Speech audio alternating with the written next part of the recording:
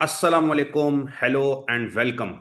तमाम स्टूडेंट्स जो दुनिया भर से इस क्लास को देख रहे हैं, मेरी F8 double A audit and assurance की ओरिएंटेशन क्लास में आप सबको मैं वेलकम कहता हूं। अच्छा, आज की क्लास स्टार्ट करने से पहले मैं आपको सबसे पहले एक छोटा सा अपना डिटेल्ड इंट्रोडक्शन दूंगा और उसके बाद मोर डिटेल्ड इंट्रोडक्शन हम आपको सब्जेक्ट का ऑडिट एंड अश्योरेंस का देंगे। क्योंकि जाहिर है ये एक ऐसी क्लास है जिस पे आपको फैसला करना है कि आप ऑडिट एंड अश्योरेंस का पेपर ऑप्ट कर रहे हैं या नहीं कर रहे। ठीक है। अच्छा जी, मेरा नाम अहमद शफी है। My name is Ahmed Shafi.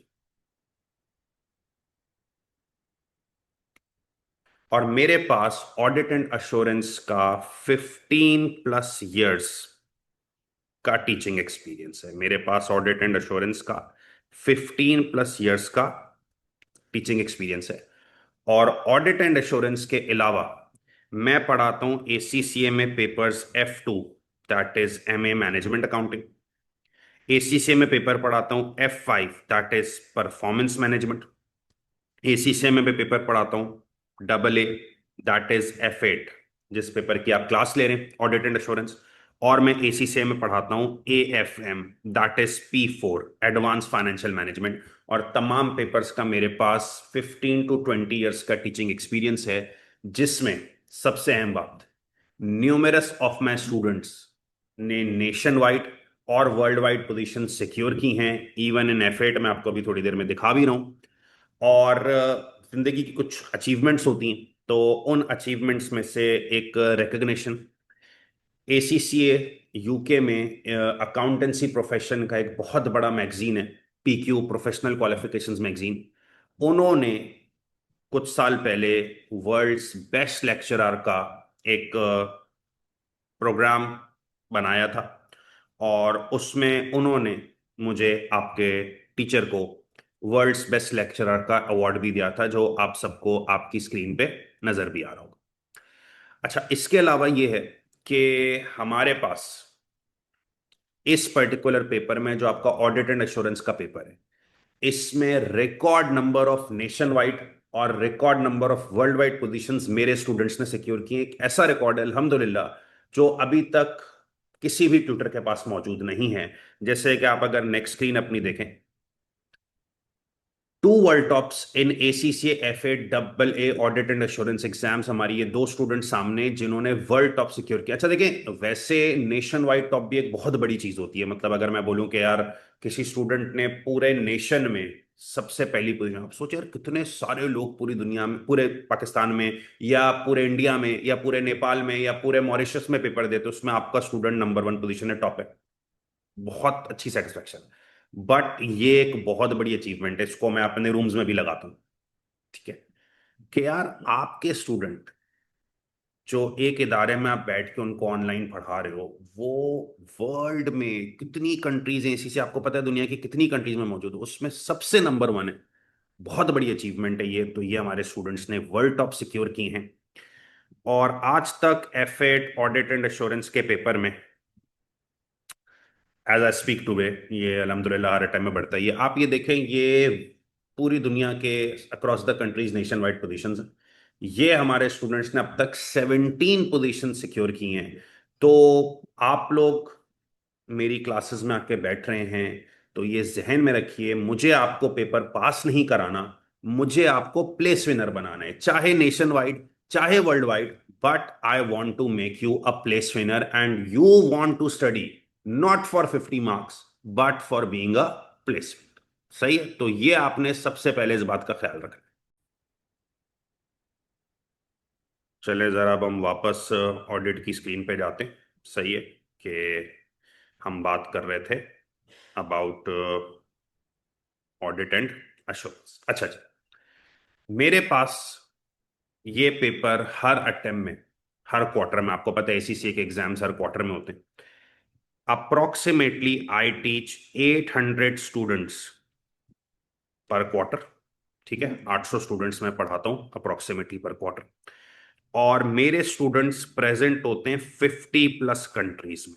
यानी कि हम, जाहिर है, जब एडमिशन देते हैं तो डिफरेंट कंट्रीज से इंक्वायरी आती है, तो 50+ कंट्रीज में मेरे स्टूडेंट्स प्रेजेंट हैं। तो ये सब बातें बताने का मकसद ये है, you are in safe hands, आप बिल्कुल परेशान ना हो। अगर आप मेरी स्ट्रेटेजी फॉलो करेंगे, मैं 50 मार्क्स के लिए नहीं पढ़ाता भाई, मुझे आपको प्लेस विनर बनाना है। अच्छा, और हर अटेम्प्ट में अप्रोक्सीमेटली हमारा पास रेट 68% टू 70% के अराउंड है, जो कि ग्लोबल पास रेट से बहुत ज्यादा एक हाई पास रेट कंसिडर किया जाता है। ठीक है। अच्छा, इस पेपर का मसला क्या है कि आप जब इस पेपर की क्लास में आज आ रहे हैं ना, तो आप बहुत सारी मिथ्स और बहुत सारी बातें सुनते हुए आ रहे हैं। ठीक है, जैसे आई एम क्वाइट श्योर, जाहिर है मैं भी इंडस्ट्री में बैठता हूँ, स्टूडेंट कम्युनिटी में बैठता हूँ, सबने आपको बोल के भेजा होगा यार बहुत मुश्किल पेपर है, बहुत मुश्किल पेपर है। अच्छा, लोगों से पूछो भाई यार क्या मुश्किल है, तो वो बोलते हैं यार असल में प्रॉब्लम ये है कि ये एक कंप्लीटली थ्योरी पेपर है। लोग आपको बोल के बेचते हैं ये कंप्लीटली थ्योरी पेपर है। ना, this is a very wrong perception, this is a very wrong perception. अगर आपको किसी ने भी ये बोल के भेजा है ना कि भाई यार ये एक थ्योरी पेपर है, ठीक है, आप उसको जाके ना, मतलब मेरे पास अल्फाज नहीं है कि उसको आप क्या बोले जाके, ठीक है, भाई ये एक थ्योरी पेपर नहीं है, ये है एक एप्लीकेशन पेपर। क्या है भाई? एक एप्लीकेशन पेपर। यानी कि आपको इस पेपर में मैं चैलेंज करता हूं, आप है ना, थ्योरी पेपर है ना, आप जो आपको कह रहे हैं पूरी बुक रट के चले जाएं, पूरी बुक स्टडी हब वगैरह रट के चले जाएं, रट्टा मतलब एक अल्फाज भी नहीं भूलो, पूरी किट्स रट के चले जाओ। ठीक है, पास पेपर्स रट के चले जाओ, तुम्हें सिर्फ और सिर्फ मुश्किल से मिलेंगे 20% से 25% मार्क्स फ्रॉम किताब, फ्रॉम स्टडी अब। ठीक है, ये है एप्लीकेशन पेपर। लिखना तो है, लेकिन अप्लाई करके, जैसे मिसाल के तौर पे आपको इस पेपर में डेमोन्स्ट्रेट करनी होगी writing skills and thinking skills. और भाई राइटिंग स्किल्स और थिंकिंग स्किल्स थ्योरी नहीं है, किताब नहीं सिखा सकती। ये आपको एक आर्ट है, जो अगर आपका टीचर एक आर्टिस्ट है ना, तो वो करा सकता है। ठीक है, जैसे ये इसका एक टॉपिक है ऑडिट का। आप गए किसी सुपरमार्केट में, ठीक है, आप गए किसी सुपरमार्केट, सही है, और अचानक से आपको पूछा गया यार इस सुपरमार्केट की वीकनेसेस बताओ, इस सुपरमार्केट में कुछ कमजोरियां हैं, कुछ वीकनेसेस हैं, वो बताओ। ये कोई किताब थोड़ी सिखा सकती है। आपने सुपरमार्केट में आसपास राउंड मारा, पता चला कहीं सीसीटीवी नजर नहीं आ रहा, कहीं सीसीटीवी नजर नहीं आ रहा, भाई ये वीकनेस है। अब मैं ये रट के थोड़ी जा सकता हूं, हो सकता है बराबर वाली सुपरमार्केट में है तो वहां ये वीकनेस नहीं। अच्छा, इसी तरीके से आपसे कहा गया कि यार आप जो है ना एक एजुकेशनल इंस्टीट्यूट में गए, हमारे यहाँ इंस्टीट्यूट में, तो बोला यार यहाँ कोई वीकनेस है तो ये बताओ। आपने देखा, बोला एडमिन में लोग बैठे हुए ना फीस कैश में ले रहे, तो भाई कैश का काम एक वीकनेस है, क्योंकि कैश इधर उधर हो सकता है, हाँ डायरेक्ट अकाउंट ट्रांसफर हो तो वो इधर उधर नहीं हो सकता। अब आप मुझे बताओ ये बातें आपको बुक के रट्टे मारने से कैसे आएगी भाई, थ्योरी से कैसे आएगी? ये तो प्योर राइटिंग स्किल्स और प्योर एप्लीकेशन स्किल्स है, जो एक आर्ट है। और आपको ये आर्ट सिर्फ और सिर्फ एक आर्टिस्ट टीचर सिखा सकता है, जो अगर आप सही ट्यूटर ऑप्ट करें तो डेफिनेटली आपको जो है वो ये चीज सिखा दी जाएगी। ठीक है।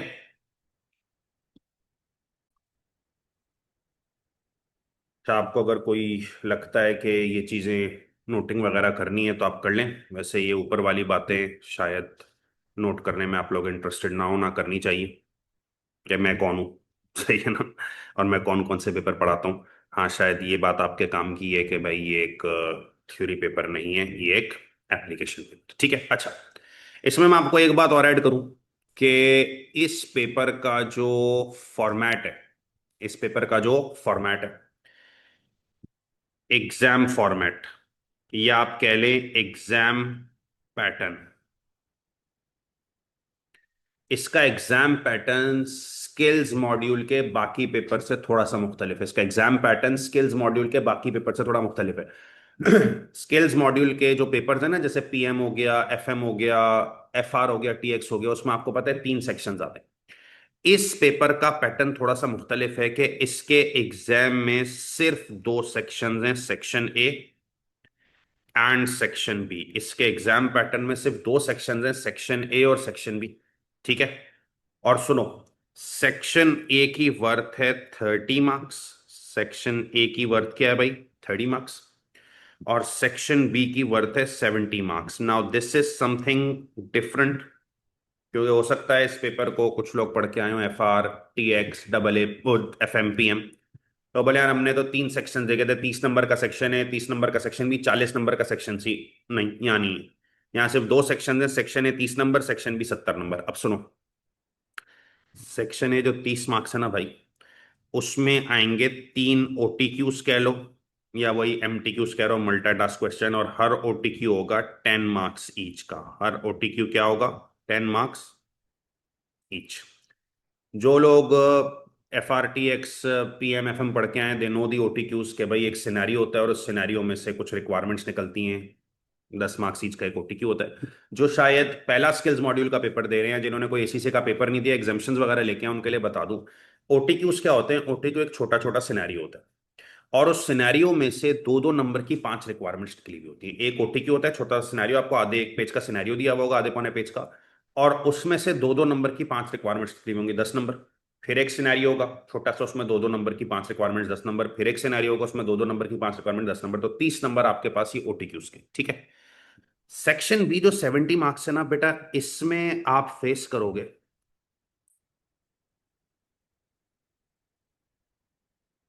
3 questions. Question number 1, question number 2, question number 3। Question number 1 की वर्थ होगी 30 मार्क्स। ये है वो CRQs का सेक्शन। ठीक है। क्वेश्चन नंबर 2 की वर्थ होगी 20 मार्क्स। और क्वेश्चन नंबर 3 की भी वर्थ होगी कितनी? 20 मार्क्स। तो ये हो गया total 70 number. CRQ means long question, CRQ means long question. यानी कि देखो, जो सेक्शन ए है ना, उसमें तो छोटे छोटे सिनेरियो और दो दो नंबर की 5 रिक्वायरमेंट्स है, 10 नंबर, 10 नंबर, 10 नंबर, और वो शॉर्ट ऑफ MCQs वगैरह होते हैं। सेक्शन बी लॉन्ग क्वेश्चंस का है। सीआरक्यूज कहते हैं कंस्ट्रक्टेड रिस्पॉन्स क्वेश्चंस को, लॉन्ग क्वेश्चंस। लॉन्ग क्वेश्चन 3 आएंगे। Question number 1 30 number, question number 2 20 number, question number 3 20 number, 70 number हो गई। लॉन्ग क्वेश्चन है जिसका आपको आंसर देना होगा। और सुनो मजेदार बात, जो लोग PM, FR, FM और TX देखे हैं, तो होता है ना, वहां पे कैलकुलेशन भी होती थी। तो आपको पेपर में स्प्रेडशीट एक्सेल की भी जरूरत पड़ती थी और माइक्रोसॉफ्ट वर्ड की भी जरूरत पड़ती थी। ये तो भाई राइटिंग बेस्ड पेपर है पूरा। तो इसमें कोई स्प्रेडशीट रिक्वायर्ड नहीं है, राइटिंग बेस्ड पेपर है भाई। कोई स्प्रेडशीट रिक्वायर्ड नहीं है। सिर्फ और सिर्फ रिक्वायर्ड है माइक्रोसॉफ्ट वर्ड। आपको करनी होगी आंसर्स की, लॉन्ग क्वेश्चंस के आंसर्स की टाइपिंग। क्या करनी होगी भाई? टाइप। ठीक है सर, मेरी टाइपिंग स्पीड स्लो है, मत परेशान हो। इतने पास पेपर्स करवाऊंगा, इतने पास पेपर करवाऊंगा कि भाई अगर तुम्हारी टाइपिंग स्पीड बहुत स्लो है ना, तो भी तुम तेज हो गए। यानी मैं तुम्हें ऑप्शन नहीं दूंगा, तुम बेफिक्र करोगे। ठीक है। तो ये मैंने तुम्हें पेपर का एक स्ट्रक्चर बता दिया कि थ्योरी पेपर है, गलत बात, 20-25% मिलेंगे लिखने के। Application paper, writing skills, thinking skills. Exam pattern बता दिए, 30 मार्क्स सेक्शन है, 70 मार्क्स सेक्शन भी। जो 30 मार्क्स है वो MCQs, OTQs कह लो, कि भाई सिनेरियो है, दो दो नंबर की 5 रिक्वायरमेंट्स हैं। सेक्शन बी में लॉन्ग क्वेश्चन है, CRQs, 30 number, 20 number, 20 number. Calculation नहीं है तो स्प्रेडशीट नहीं, सिर्फ माइक्रोसॉफ्ट वर्ड टाइपिंग करनी है आपने। ठीक है। ये आप लोग जरा क्विकली नोट कर लें, फिर मैं आपको जरा इसकी कोर्स आउटलाइन बताता हूँ कि कोर्स आउटलाइन क्या है इसकी।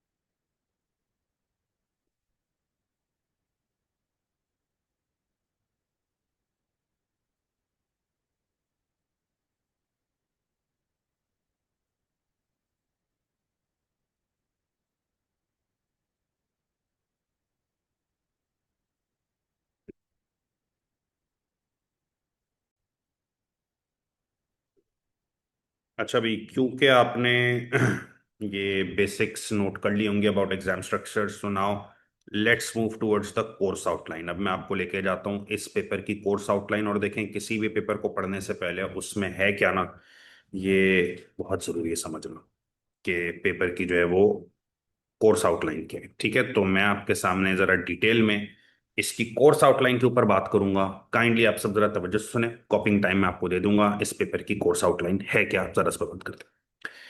देखिए यार, पेपर की कोर्स आउटलाइन ये कि पेपर हमारा डिवाइडेड है, कोर्स डिवाइडेड है 5 सेक्शंस में। कोर्स डिवाइडेड है 5 सेक्शंस में, ठीक है। पहला सेक्शन है सेक्शन ए, थोड़ा सा इंट्रोडक्शन की बात करेगा। फिर है सेक्शन बी, फिर है सेक्शन सी, फिर है सेक्शन डी, और फिर है सेक्शन। जाहिर है अभी आप कोई ऑडिट एक्सपर्ट नहीं है, तो आपको हो सकता है बहुत डिटेल में ये बात ना बताई जा सके कि यार कौन से चैप्टर में क्या है, बट स्टिल हल्की फुल्की ब्रीफिंग जहां पॉसिबल है मैं आपको दे सकूंगा। देखिए सेक्शन ए जो है ना हमारा, वो 5 चैप्टर्स पे बेस करता है।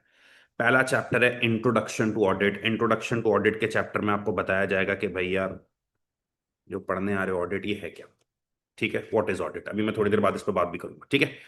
अच्छा, फिर उसके बाद सेकेंड चैप्टर है रेगुलेशन। रेगुलेशन का मतलब है जो लॉज, रूल्स, रेगुलेशन सराउंड कर रहे हैं, मतलब क्या लॉज हैं, क्या रूल्स हैं, क्या रेगुलेशंस ऑडिट के।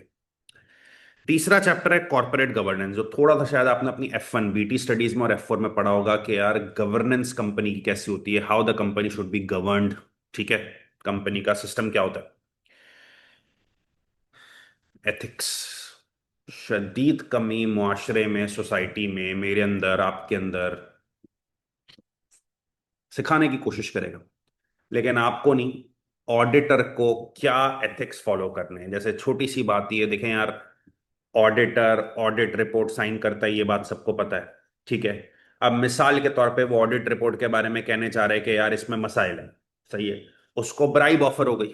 उसका क्या ऑफर हो गई, रिश्वत, कि यार प्लीज ये ना लिखो। एथिक्स, इखलाकियात क्या कहती हैं भाई, नहीं हम तो अपना काम करेंगे। हो सकता है भाई, बहुत लोग कहते हैं यार हर चीज बिकाऊ होती है, खरीदने वाले की बस जेब में ताकत होनी चाहिए, ठीक है। वो लोग कोई एथिक्स वेथिक्स नहीं सोचते। बाकी आप देखते हैं दुनिया में ऐसे आला इखलाक के लोग होते हैं कि यार उनको कुछ भी हो जाए वो अपने प्रिंसिपल स्टैंड से नहीं हटते, ठीक है। और फाइनली वैसे आपका जो पूरा कोर्स है ना वो बेस करता है अराउंड एक्सटर्नल ऑडिट, ठीक है। इसका जो आखिरी चैप्टर ना वो आपको internal audit, audit within the organisation के बारे में बात बताए, ठीक है। तो सेक्शन है हमारा 5 टॉपिक्स पे बेस करेगा। Introduction to audit, regulation, corporate governance, ethics और इंटरनल ऑडिट, ठीक है। इंट्रोडक्शन टू ऑडिट में मैंने आपको बता दिया ऑडिट है क्या, रेगुलेशन में लॉज, रूल्स, रेगुलेशंस क्या उसको सराउंड कर रहे हैं, कॉर्पोरेट गवर्नेंस, ठीक है, कि भाई इदारे का गवर्नेंस सिस्टम क्या होना चाहिए, एथिक्स, ऑडिटर को क्या इखलाकी बातों का ख्याल रखना चाहिए, और internal audit, audit within organisation. क्योंकि वैसे तो मेरे ऑडिट बाहर की फर्म्स आके करती हैं, लेकिन इंटरनली मुझे क्या करना है इंटरनल ऑडिट में सिखाया जाए। दूसरा सेक्शन है section B, audit risk. Risk means खतरात। ऑडिट करते हुए क्या रिस्क, क्या खतरात होते, ऑडिट की प्लानिंग कैसे की जाए, ये थोड़ी मुंह उठाए ऑडिट करने पहुंच गए, बाकायदा प्लानिंग होती है भी इसकी।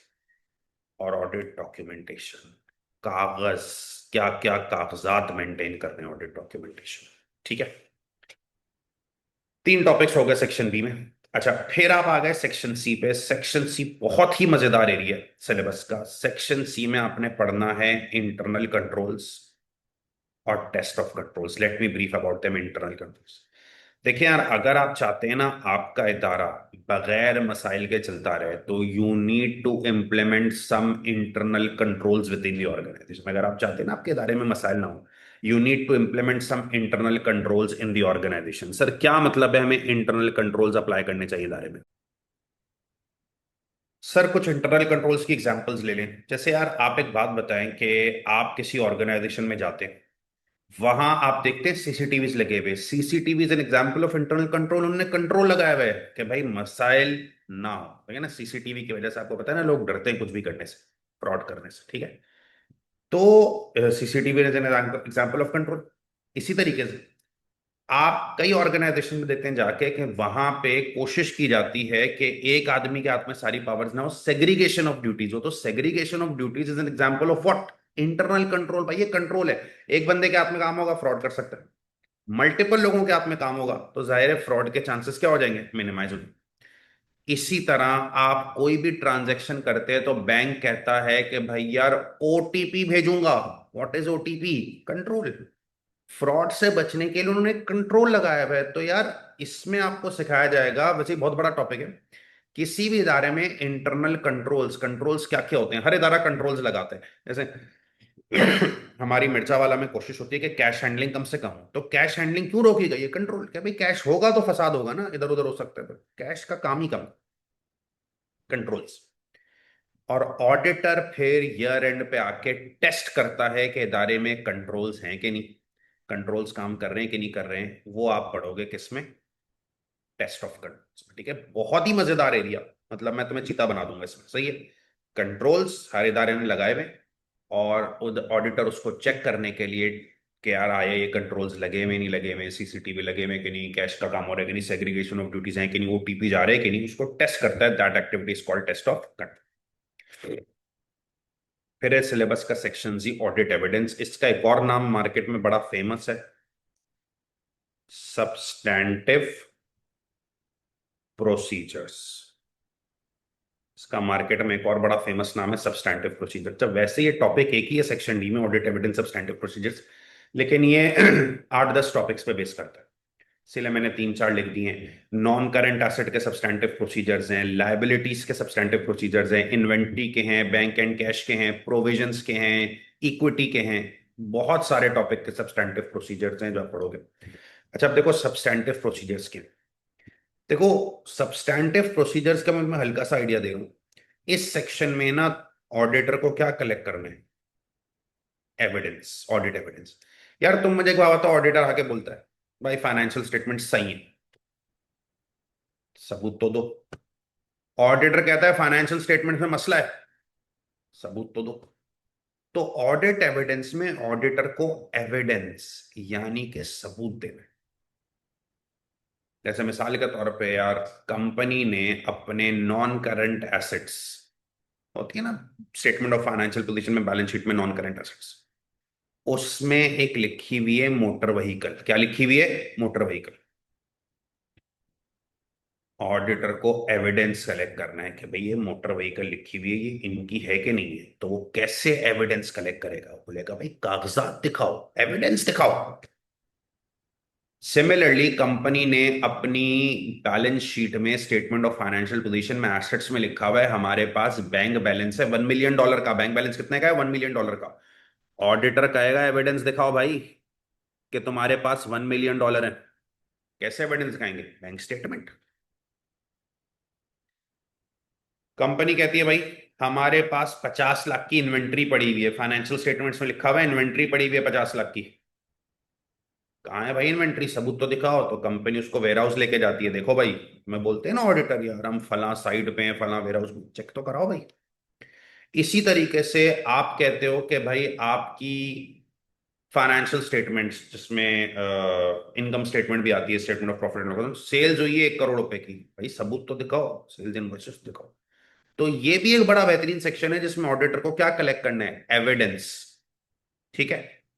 और सुनो भाई, जब ऑडिटर ये एविडेंस कलेक्ट कर लेगा ना सेक्शन डी में, उसके बाद वो जाएगा सेक्शन ई पे, जिसमें वो क्या बनाएगा? Audit report. क्या बनाएगा? Audit report. ठीक है। मतलब सेक्शन ए ने आपको इंट्रोडक्शन टू ऑडिट सिखा दिया, पूरा ऑडिट किया है। सेक्शन बी ने खतरात बता दिए, सेक्शन सी ने कंट्रोल्स लगे हुए और टेस्टिंग उसकी सिखा दी, सेक्शन डी ने सबूत कलेक्ट करना सिखा दिया। ये तमाम कामों के बाद ऑडिटर रिपोर्ट बना। तो ऑडिट रिपोर्ट इसमें एक टॉपिक है, और इसके बाद दो और टॉपिक्स इसमें। गोइंग कंसर्न, आप सबने अपनी अर्लियर स्टडीज में गोइंग कंसर्न पढ़ा हुआ है कि भाई ये एक ऐसी अजम्पशन है कि company for the foreseeable future continue रहेगी। थोड़ी गोइंग कंसर्न के ऊपर बातचीत है। एंड देन सब्सिक्वेंट इवेंट्स, जैसे हम events after the balance sheet date कहते हैं कि भाई बैलेंस शीट डेट के बाद कोई अगर इवेंट हो रहा है उसको कैसे हैंडल किया जाए, ये भी आप लोगों ने स्टैंडर्ड इसका पढ़ा होगा। खैर देखो यार, आपने कुछ भी पढ़ा हुआ है, मेरा पढ़ाने का स्टाइल पेपर में पता है क्या है? मैं अज्यूम करता हूँ आपको कुछ भी नहीं आता। तो हम आपको हर चीज स्क्रैच से पढ़ाएंगे, चाहे वो गोइंग कंसर्न हो, आपने पीछे पढ़ा हुआ है ठीक है, वापस पढ़ाएंगे। सब्सिक्वेंट इवेंट हो, वापस पढ़ाएंगे। ठीक है, तो ये आपकी कोर्स आउटलाइन है। 2-4 मिनट दे रहा हूं, अगर आपने नोट करना है कर लें, फिर उसके बाद मैं आगे लेके जाता हूँ चीजों को। ठीक है।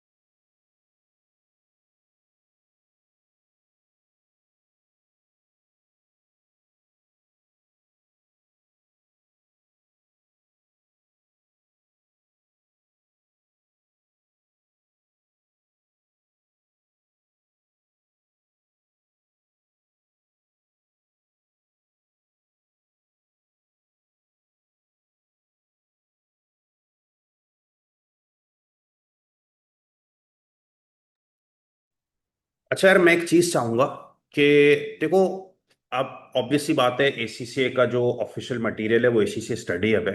तो मैं सिर्फ एक तुम्हें पिक्चर दिखा रहा हूँ कि स्टडी हब में ये तमाम स्टडी हब है ना, किसी भी सब्जेक्ट का कभी भी सेक्शन वाइज नहीं बनता। ठीक है, स्टडी हब में ये सारे आपको चैप्टर्स नजर आएंगे। तो लोग अक्सर क्या करते हैं कि भाई हम उनको कोर्स आउटलाइन बताते हैं, सेक्शन ABCDE। वो कहते हैं यार हम स्टडी हब में जा रहे हैं तो हमें तो सेक्शंस नजर ही नहीं आ रहे। स्टडी हब में कभी भी आपको सेक्शन नजर नहीं आएंगे, स्टडी हब में आपको टॉपिक्स नजर आएंगे। तो मेक श्योर आपको एक टीचर ने जितने भी टॉपिक्स पढ़ाए ना वो सब स्टडी हब कवर हो जाएगा। जैसे मैं आपको एक छोटी सी बात यहाँ पे दिखाना चाहूंगा।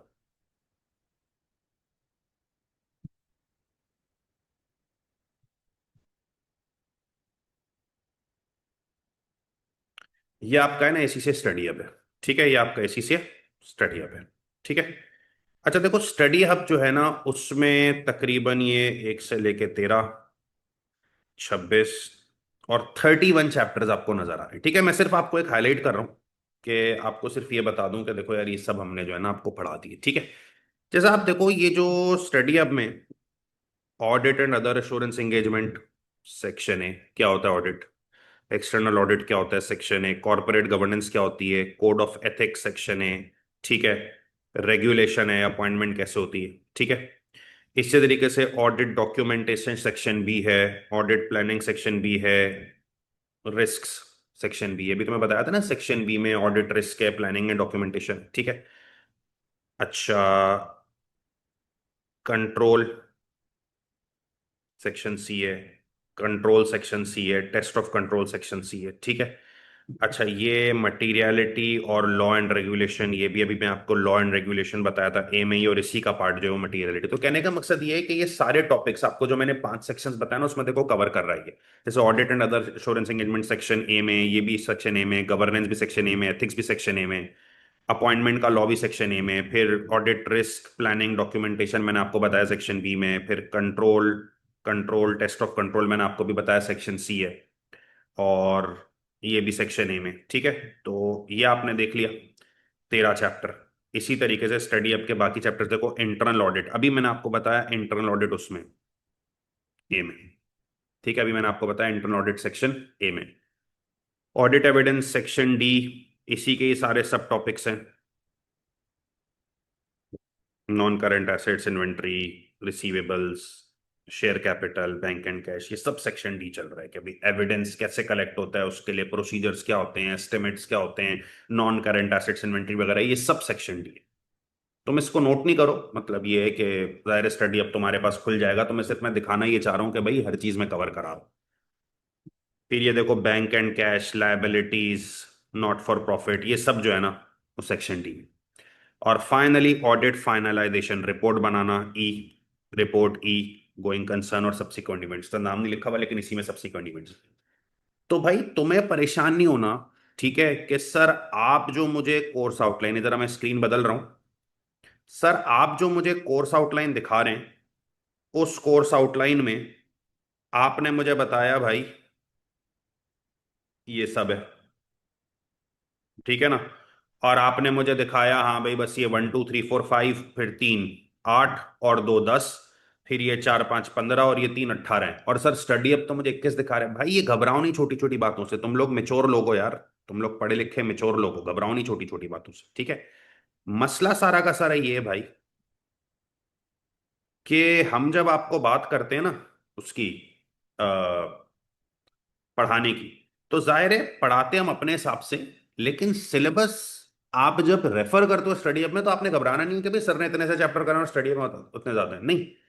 ब्रेक डाउन है। इंपॉर्टेंट बात पता है क्या है कि when the end of the course comes, आपको आपके टीचर ने हर चीज करवाई है, और वो मैं आपको अभी स्टडी अप पे दिखा भी चुका हूं। ठीक है, मैंने आपको अभी अभी समरी दिखाई है स्टडी अप की, कि हमारे पास ये जो शुरू के टॉपिक्स हैं ए के हैं, फिर बी में सारे टॉपिक्स कवर होंगे, फिर सी में सारे टॉपिक्स कवर होंगे, फिर ये इतने सारे टॉपिक्स डी में कवर होंगे ऑडिट एविडेंस में, और ईपी। ठीक है।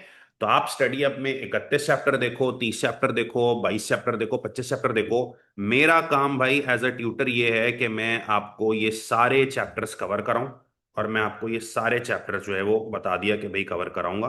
तो कोई इसके अंदर परेशानी की और कोई इसके अंदर आपको घबराने की बात नहीं। ठीक है।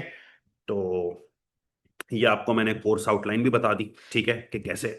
अच्छा यार, मैं इसमें आपको एक चीज बड़ी वाज़ेह ऐड करूंगा, ठीक है, जो आप लोग मेरी बात को गौर से सुनिएगा, ठीक है। देखिए यार, मैंने आपको बताया ना कि हमारे पेपर में दो सेक्शंस हैं। हमारे पेपर में एक सेक्शन है, सेक्शन ए, जिसमें 3 OTQs आने, 10 मार्क्स ईच के। और हमारे पास एक सेक्शन बी है जिसमें CRQs आने, Question 1, Question 2, Question 3। याद रखिएगा, बाकी पेपर्स की तरह हमें नहीं पता ये दोनों सेक्शंस अक्रॉस द सिलेबस से टेस्ट हो सकते हैं। कोई भी आपको ये बोलता है कि भाई सेक्शन ए जो OTQs हैं वो सिर्फ फला सेक्शन से आएंगे कोर्स के, ही इज रॉन्ग, गलत बोल रहा है आपको, ठीक है। स्टूडेंट्स अक्सर एक दूसरे को गाइड करते हैं, यार ये वहां से आएगा, अरे भाई ये मुझे भी नहीं पता कहाँ से आएगा। सही है, तो आप एज अ स्टूडेंट आपको कैसे पता कहाँ से आ जाएगा। तो आप ये नीम हकीम खतरा जान जो स्टूडेंट्स आपके सीनियर्स है ना, उनके पास से हट जाए। सही है। अभी एक लास्ट टाइम में एक बच्चे का पेपर फेल हुआ, F2 मैनेजमेंट अकाउंटिंग, ऐसी किस्सा सुनाता हूँ अपनी क्लासों में भी, आपको भी सुना देता हूँ। हाँ भाई, फेल हो गया, आया मेरे पास, सर पेपर फेल हो गया। बेटा क्या करके गए थे? सर कैप्लन किट करके गया था, स्टडी अप करके गया था। बेटा BPP नहीं की? नहीं की। क्यों नहीं की? सीनियर बोल रहा था उसमें से पेपर नहीं आता। मुझे यार यकीन करो गुस्सा आ गया। मैंने कहा यार पेपर BPP से नहीं आएगा ये मुझे भी नहीं पता। कौन है भाई तू? तुझे कैसे पता? कौन सीनियर है ये? मैंने कहा आप उसको लेके आओ इधर यार। और मैंने कहा आप किन लोगों को फॉलो कर रहे हो यार ये? मतलब बाल कटवाना है और इलेक्ट्रिशियन के पास जा रहे हो, क्या हो गया भाई? तो ये ख्याल रखो कि आपको ये दोनों सेक्शंस अक्रॉस द सिलेबस आएंगे, ठीक है। हाँ, मैं ये जरूर बता सकता हूं कि एग्जामिनर की एक यूजुअल प्रैक्टिस रही है। वो यूजुअल प्रैक्टिस मैं आपको बता सकता हूं कि पेपर में ना 15 to 18 मार्क्स TOC कंट्रोल्स के सेक्शन से आते हैं, ठीक है। बल्कि इसको कंट्रोल्स बोल दो तो ज्यादा बेहतर है भाई, ये यूजुअल प्रैक्टिस है यार, प्लीज ये पकड़ नहीं लेना इस बात को, ठीक है। Section C। अच्छा, 15 से 20 नंबर आते हैं ऑडिट एविडेंस, जो कि सेक्शन D, ठीक है। 15 से 18 नंबर आते हैं ऑडिट रिस्क से, जो कि पढ़ा है आपने सेक्शन B में, ठीक है। इसी तरीके से 15 मार्क्स आते हैं फ्रॉम रिपोर्ट्स, जो कि सेक्शन E है। और 10 मार्क्स आते हैं कॉरपोरेट गवर्नेंस और एथिक्स से, जो कि आपने पढ़ा है सेक्शन A में। मेरे भाई, ये यूजुअल प्रैक्टिस है, प्लीज कोई मेरी बात को पकड़े ना कि सर आपने कहा था ये आएगा, आपने कहा था ये आएगा, आपने कहा था ये आएगा, आपने कहा था ये आएगा, आपने कहा था ये आएगा, इसमें से ये चीज नहीं आई भाई। देखो यार, इंग्लिश समझो। यूजुअल प्रैक्टिस, पिछले कुछ अटेम्प्ट्स का ट्रेंड्स देखो, लिखा हुआ कहीं नहीं है, लिखा हुआ पता है क्या है? ये आएंगे अक्रॉस द सिलेबस। पिछले कुछ अटेम्प्ट्स का ट्रेंड देखूं 7-8 साल का, तो 15-18 नंबर सेक्शन सी से पक्के हैं। और उसकी इतनी इंपॉर्टेंस है, मैं तुम्हें ये कह सकता हूं, हाँ यार आता ही आता है। 15-20 नंबर है ऑडिट एविडेंस सेक्शन D के, ठीक है। ये हो गए तकरीबन आप में लो 30-35 नंबर, ठीक है। 15-18 नंबर ऑडिट रेस, ऐसा हो ही नहीं सकता कोई पेपर हो जिसमें ऑडिट रेस ना आया हो। 45 नंबर हो गए। 15 नंबर आ गए रिपोर्ट से। 15 नंबर कहां से आ गए भाई? रिपोर्ट से, ठीक है। गोइंग कंसर्न सब्सिक्वेंट इवेंट्स वाला सेक्शन। और 10 नंबर आ गए कॉर्पोरेट गवर्नेंस एथिक्स से। तो ये समझो यार, ये टोटल जो है ना, तुम्हें पहले से पेपर पता है। 15-18, 15-20, इसको एवरेज 35 ले लें, 15 नंबर, 16 नंबर इसके ले लें 51, 15 नंबर 66, 10 नंबर तकरीबन 75% मार्क्स का तुम्हें पता है, ठीक है। अच्छा सर,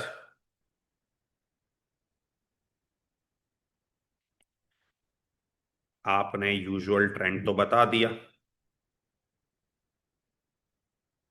कि यार कहाँ कहाँ से आता है यूजुअल ट्रेंड? तो आपने बता दिया 75% कहाँ से आता है, चाहिए 8-10 साल का ट्रेंड बता रहा हूँ, यहाँ से आता है। सर रिमेनिंग 25% मार्क्स कहाँ से आते हैं? ठीक है, रिमेनिंग 25% मार्क्स होते हैं theory, rote learning style questions. Theory यानी के rote learning style questions remaining आते हैं थ्योरी यानी के रोट लर्निंग सेक्शन से। अब इसके लिए क्या करूंगा? इसके लिए मैं तुम्हें स्टडी हब की थोड़ी बहुत रीडिंग कराऊंगा, थोड़ी बहुत करवाऊंगा स्टडी हब रीडिंग, ज्यादा नहीं, थोड़ी बहुत। और एक मैजिक हैंडआउट दूंगा। क्या दूंगा भाई? एक मैजिक हैंडआउट मैंने बनाए, अब सबने नकल कर लिया है, ठीक है, अपने अपने नाम लगा के सबने नकल कर लिया है, ठीक है। एक मैजिक हैंडआउट दूंगा जिसमें होंगे 52 क्वेश्चंस। क्या होंगे भाई? 52 क्वेश्चंस। बस वो करके चले जाना, रिमेनिंग 25% उन्हीं में से आएंगे। और क्या आसानी पैदा करें आपके लिए भाई, हमारे टाइम पे इतनी आसानियां नहीं थी। एक मैजिक हैंडआउट दूंगा 52 क्वेश्चंस का, ठीक है, वो करके चले जाना। लेकिन यार वो पहले दिन नहीं मांगना भाई, क्योंकि देखो उसमें 52 क्वेश्चन है अक्रॉस द सिलेबस, तो जब सिलेबस कंप्लीट कर लोगे ना तभी समझ में आएगा। तो जैसी सिलेबस कंप्लीट हो ना, जैसी सिलेबस कंप्लीट हो, फौरन से आ जाना मेरे पास, मैसेज कर देना, सर वो मैजिक हैंडआउट शेयर कर दें 52 क्वेश्चंस का। बस वो शेयर करूंगा। अच्छा, बाद में इसलिए कह रहा हूँ क्योंकि यार तुम्हारा कोर्स खत्म हो जाएगा ना, तब तुम्हें अच्छी तरह समझ में आएगा कि हाँ यार ये सब क्वेश्चन समझ में आ रहे हैं। बस वो करके चले जाना है, 20-25% नंबर पक्के हो गए। बाकी ये 75% राइटिंग स्किल्स के हैं, ये तो मैं पागल कर दूंगा पढ़ा पढ़ा के, सही है। आखिरी बात बिफोर स्टार्टिंग द कोर्स, आखिरी बात बिफोर स्टार्टिंग द कोर्स, देखो एक बहुत बड़ी मिथ है कि यार लोग कहते हैं ऑडिट का पेपर पढ़ने से पहले लोग कहते हैं ऑडिट का पेपर पढ़ने से पहले ना आपको F7 का पेपर पढ़ाना जरूरी है। रॉन्ग। ये आपको लोग बोलेंगे पहले F7 पढ़ लो उसके बाद ही ऑडिट तुम्हें समझ में आ जाएगा, रॉन्ग। देखो इस पेपर में F7 से रिलेटेड दो स्टैंडर्ड्स रिक्वायर्ड है, IAS 10, IAS 37। IAS 10, IAS 37, ठीक है, ये रिक्वायर्ड है। अगर तुम F7 भूले हुए हो या तुमने नहीं पढ़ा हुआ भाई, ये दोनों स्टैंडर्ड्स मैं तुम्हें पढ़ाऊंगा यहाँ पे। IAS 10 चाहिए, IAS 37 चाहिए, मैं तुम्हें ये दोनों स्टैंडर्ड्स पढ़ाऊंगा। मैं तुम्हें नहीं कहूंगा यार अपने पुराने कोर्स से जाके पढ़ लो, फलां टीचर से पढ़ लो, फिर मेरे पास आना, नहीं। मैं पढ़ाऊंगा तुम्हें, क्योंकि यार जिसने लास्ट अटेम्प्ट में F7 दिया भी है ना, वो जब आता है ना भाई यार, उसको वापस पढ़ाना पड़ता है, भूल चुका होता है यार, बच्चा है। उसको कैसे 3-4 महीने पुरानी बात याद रहेगी कि यार उसमें IAS 10 में IAS 37 में क्या पढ़ा था। तो मैं तुम्हें पूरा स्टैंडर्ड पढ़ाऊंगा, उसके बाद ऑडिट की बात करूंगा। तो अगर तुमने F7 FR नहीं भी पढ़ा हुआ, डोंट वरी एट ऑल, ठीक है। इसको भाई तुम नोट कर लो, मेरी कोर्स की इंट्रोडक्टरी बातें हो गई, अब जरा हम पढ़ाई स्टार्ट करने की तरफ जा रहे हैं, ठीक है।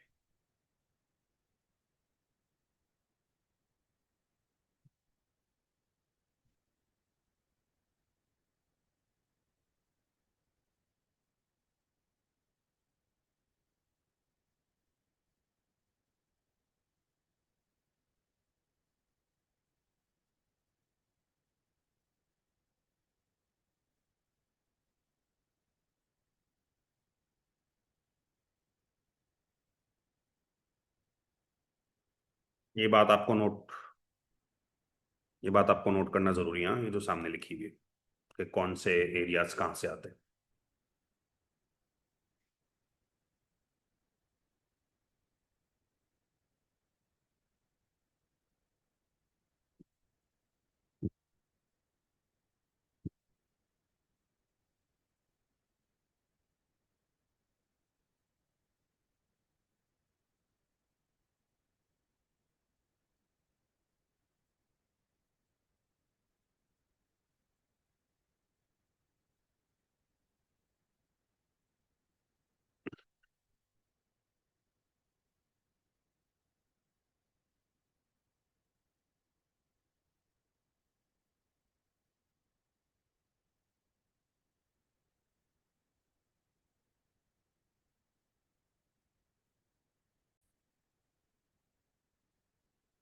अच्छा, एक चीज ये है कि स्टूडेंट्स के जहन में स्टडी मटेरियल्स के हवाले से काफी सवालात होते हैं।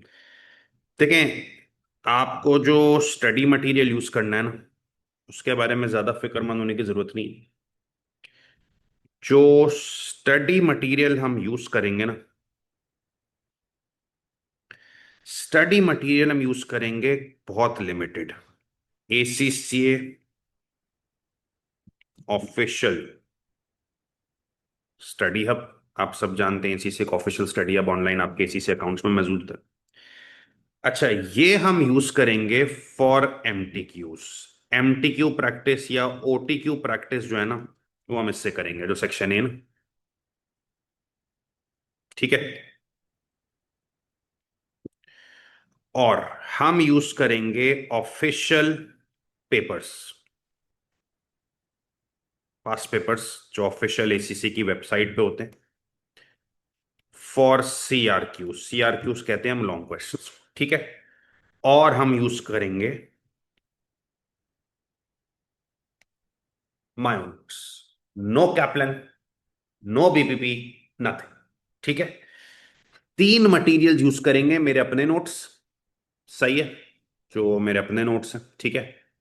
ऑफिशियल पास पेपर्स, एसीसी के से तुम्हारी सीआरक्यू जो सेक्शन बी में 70 नंबर के सीआरक्यूज आने उसकी प्रैक्टिस करूंगा, और एसीसी ऑफिशियल स्टडी हब, इससे मैं तुम्हें एमटीक्यूज एम और ओटीक्यूज की प्रैक्टिस कराऊंगा। ठीक है।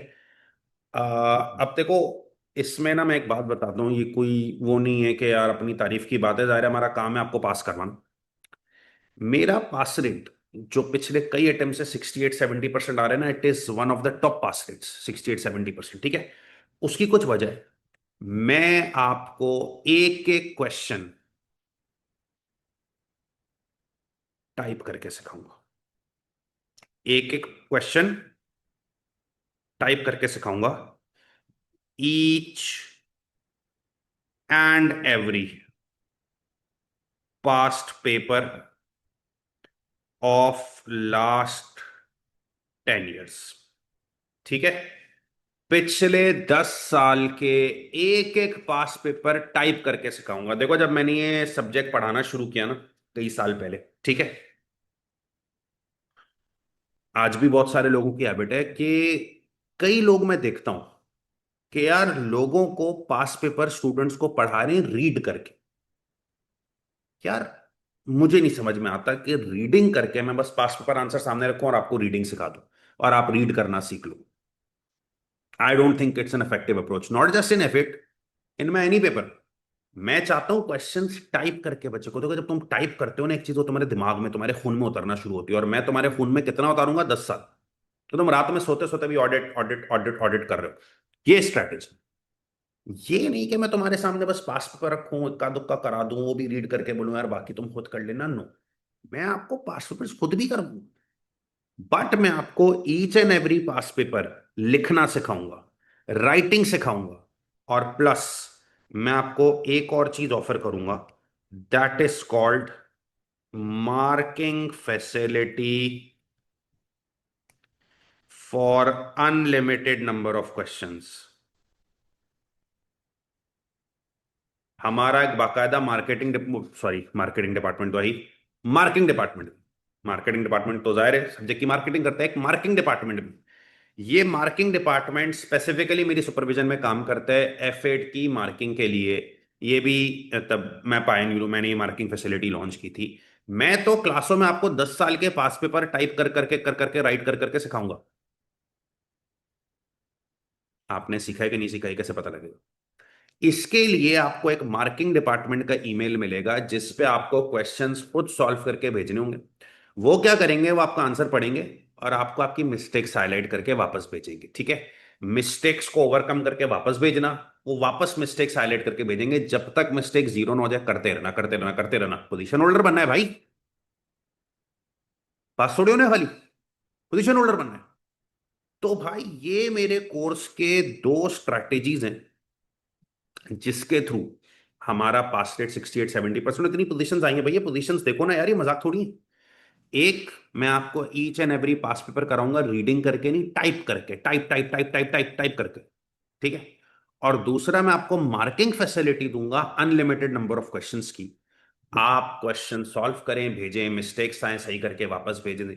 अब यार हाँ, इसमें आपको क्वेश्चन भेजना खुद करेगा, मैं आपके घर पे आके क्वेश्चन नहीं टाइप करवा के भेज सकता, इतनी रिस्पॉन्सिबिलिटी आपको लेनी पड़ेगी। मैं आपको फैसिलिटीज दे सकता हूँ, बाकी अवेल तो आपको खुद करना है। ठीक है, तो आपको ये स्ट्रैटेजीज से मैं कराऊंगा, तो होपफुली आप पेपर बहुत अच्छे मार्क्स से पास करेंगे। ठीक है। अच्छा, मेरे पढ़ाने का ऑर्डर ही होगा कि मैं सबसे पहले जो है ना, जो ऑर्डर कराता हूँ, इसकी कुछ मजबूरियां हैं। सेक्शन ए कराता हूँ पहले, फिर सेक्शन ई कराता हूँ, फिर सेक्शन सी कराता हूँ, फिर डी कराता हूँ, फिर बी कराता हूँ। वो भी इसलिए ताकि आपको ज्यादा से ज्यादा पास पेपर्स का मौका मिले। क्योंकि मैं आपको सेक्शन ए के बाद सेक्शन बी करा दूं ना, तो बहुत सारे पास पेपर्स मिस हो जाएंगे, क्योंकि बी के जो पास पेपर्स आते हैं ना, सेक्शन बी के जो पास पेपर्स आते हैं,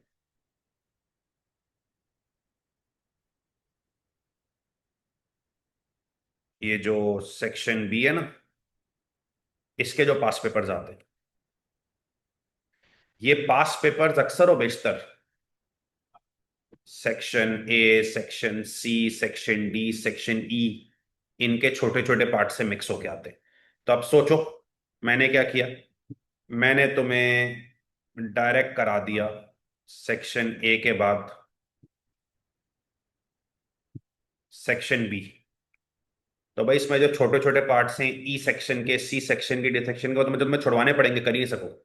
हाँ, मैं तुम्हें ए के बाद ई सी डी करवा दूं, उसके बाद जब मैं तुम्हें सेक्शन बी कराऊंगा तो तुम वो छोटे छोटे पार्ट्स भी अटेम्प्ट कर सको। ठीक है। ये ऑर्डर ऑफ द कोर्स भी बड़ा जो है ना, मतलब तरीके से डिजाइन करना पड़ता है। आपने बच्चे को सेक्शन ए के बाद सेक्शन बी कराया, आपने उसकी बहुत सारी पास पेपर प्रैक्टिस मिस कर दी। क्यों? बी में जो छोटे छोटे पार्ट्स होंगे ई सी और डी के, वो तो पढ़े ही नहीं अभी। तो क्या बोलोगे बच्चे को, भाई अभी ये नहीं पढ़े, छोड़ते जाओ छोड़ते जाओ छोड़ते जाओ, तो भाई उसकी पास पेपर क्वेश्चन प्रैक्टिस ही लैकिंग होगी। तो पढ़ाने के आर्ट होते हैं ना, पढ़ाने के लिए आर्टिस्ट चाहिए, सिर्फ टीचर नहीं चाहिए। और मैं तुम्हें ए के बाद ई करा दिया, सी करा दिया, डी करा दिया, अब तुम सेक्शन बी के जब क्वेश्चंस करोगे, उसमें ई सी डी के जो भी छोटे छोटे पार्ट्स टेस्ट में तुम्हें छुड़वाने नहीं पड़ेंगे, वो सब तुमने किया। तो मेरा ऑर्डर ऑफ द सिलेबस ये रहेगा। मैं पढ़ाई स्टार्ट करने से पहले आपके साथ एक आखिरी काम ये करूंगा कि आपको अपना एलएमएस दिखाऊंगा कि आपने अपने एलएमएस को यूज कैसे करना है। ठीक है, तो ये जरा एलएमएस देखें आप, किस तरह यूज करना है आपने।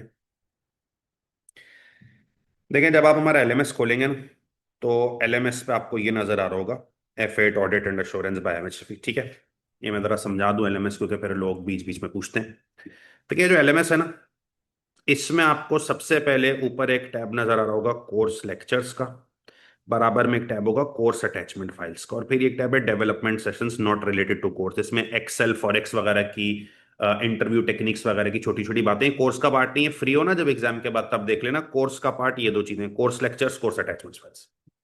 अच्छा, जैसे मैंने आपको बताया, मैं आपको कराऊंगा पहले सेक्शन ए, फिर मैं आपको कराऊंगा सेक्शन ई, फिर कराऊंगा सेक्शन सी, फिर कराऊंगा सेक्शन डी, फिर कराऊंगा सेक्शन, ये मैं आपको कोर्स पढ़ाऊंगा section A B C D और, sorry, A E C D और। अच्छा, तुम्हें जब मैं ये क्वेश्चंस पढ़ा रहा हूँ ना, मैं तुम्हें सेक्शन ए कराऊंगा, इसके अंदर बहुत सारे लेक्चर्स हैं, सेक्शन ई में लेक्चर्स हैं, सी में लेक्चर्स हैं, डी में लेक्चर्स हैं और बी में लेक्चर्स हैं। इनके तो मैं चैप्टर्स में प्रिपेयर कराऊंगा। अच्छा, इनके बीच में मैं जो भी क्वेश्चन फाइल्स को रेफर कर रहा हूँ ना, कि क्वेश्चन देखो क्वेश्चन देखो क्वेश्चन देखो, वो सारे क्वेश्चन इसमें मौजूद है, इसमें कोर्स अटैचमेंट फाइल्स में। ये कोर्स लेक्चर्स हैं, जिसमें तुम लेक्चर्स देखोगे, वीडियो लेक्चर्स, और उसके बराबर में एक टैब है कोर्स अटैचमेंट फाइल्स का। तो जब मैं तुम्हें इन लेक्चर्स के दौरान ए ई सी डी बी के दौरान बोल रहा हूँ ना कि यार क्वेश्चंस देखो, मैंने तुम्हें क्वेश्चंस भेजे, मैंने तुम्हें क्वेश्चंस भेजे, तो वो तमाम क्वेश्चंस कोर्स अटैचमेंट्स फाइल्स में लगे हुए हैं। तो ये वाले टैब में चले जाना, इन सबके सेक्शंस के क्वेश्चंस मिल जाएंगे। सर मैं प्रिपरेशन स्ट्रेटेजी क्या रखूं? सर मैं,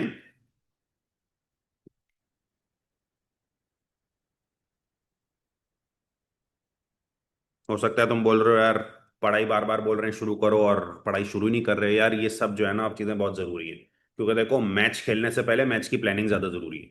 ठीक है। और मैं तुम्हारी क्लास लेता हूँ ना एक 1.5 घंटे की, तो उससे पहले मैं 2 घंटे की प्लानिंग करता हूँ। तो प्लानिंग ज़्यादा ज़रूरी है एग्जीक्यूशन से।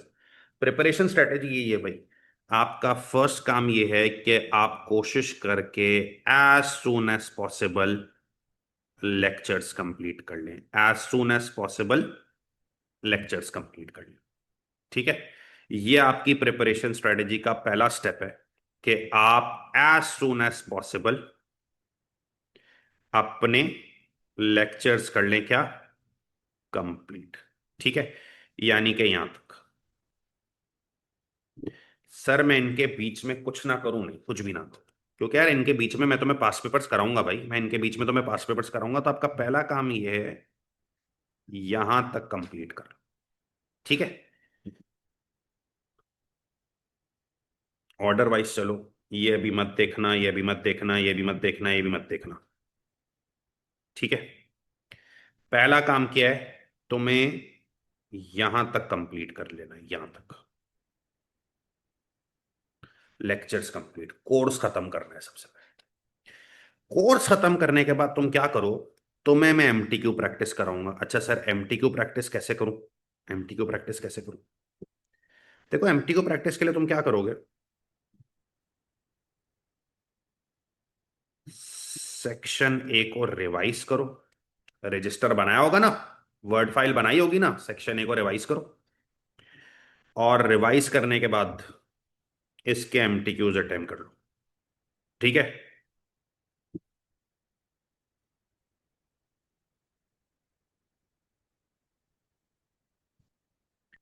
फिर उसके बाद सेक्शन बी रिवाइज करो। सॉरी मैंने सेक्शन ई कराया था ना इसके बाद, ये। और इसके एमटीक्यूज अटेम्प्ट कर लो।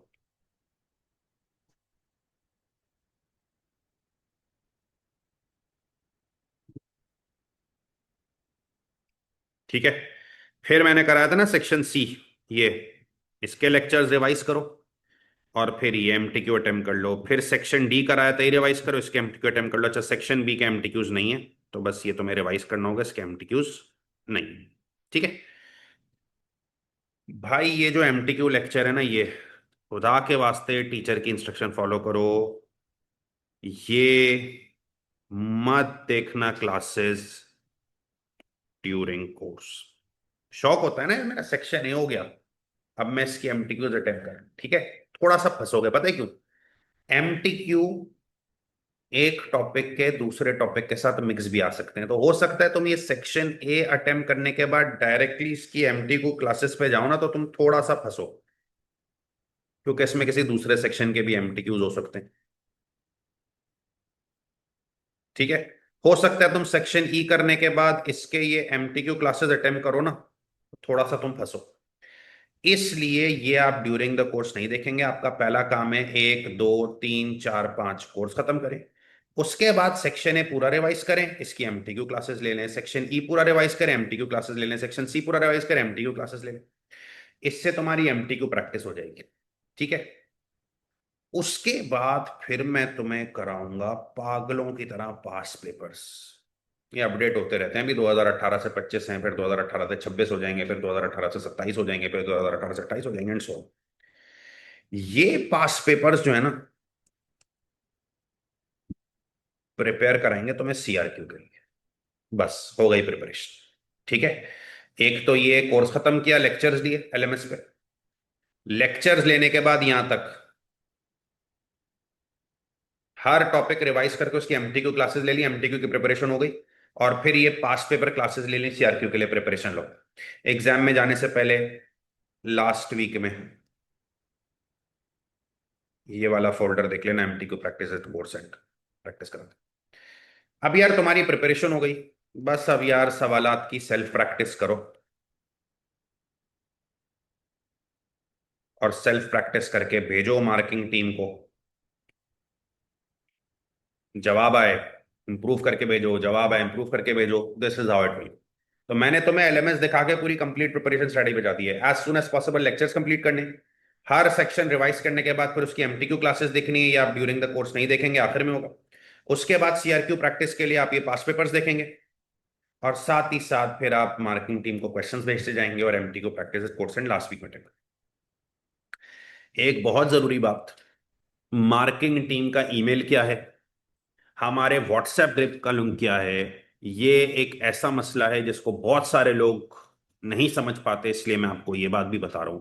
काइंडली जरा इस बात को मेरी गौर से सुने। देखें, जिस दिन आप मिर्चा वालास में एडमिशन लेते हैं, जिस दिन आप मिर्चा वालास में एडमिशन लेते हैं, आपको मिर्चा वालास के एक नंबर से ये गाइडेंस मैसेज रिसीव होता है। आपको मिर्चा वालास के नंबर से एक गाइडेंस मैसेज रिसीव होता है। काइंडली मेरी बात गौर से सुनिएगा, ठीक है। इसमें ट्यूटर नंबर्स वगैरह के अलावा एक तो होता है आपका WhatsApp group link. Tutor numbers वगैरह के अलावा होता है व्हाट्सएप ग्रुप लिंक। ये देख रहे हैं आप, join our WhatsApp group to receive important updates. ठीक है, तो एक तो व्हाट्सएप ग्रुप लिंक आप लोगों ने ज्वाइन कर लेना है। दूसरा, इसकी आप सेकंड लास्ट लाइन पढ़े, इसमें क्या लिखा हुआ है। सेकंड लास्ट लाइन में लिखा हुआ है भाई, ये देखो, जिसको तुम लोग बहुत सारे लोग मिस करते हो, ये देखो, please must read course instructions carefully by clicking on drive.google.com। ये लिंक भाई, जिस दिन आप मिर्चा वालास में एडमिशन लेते हैं, आपको मिर्चा वालास के नंबर से ही गाइडेंस मैसेज रिसीव होता है। इसमें एक तो ये व्हाट्सएप ग्रुप लिंक है भाई, ये देखो। तो इससे तुम हमारे व्हाट्सएप ग्रुप में आ जाओगे ताकि मेरी तुम्हारे साथ कम्युनिकेशन हो। और फिर इसमें लिखा हुआ होता है भाई, please must read course instructions carefully before starting the course by clicking on this Google drive link. जब तुम इस गूगल ड्राइव लिंक पे क्लिक करोगे ना,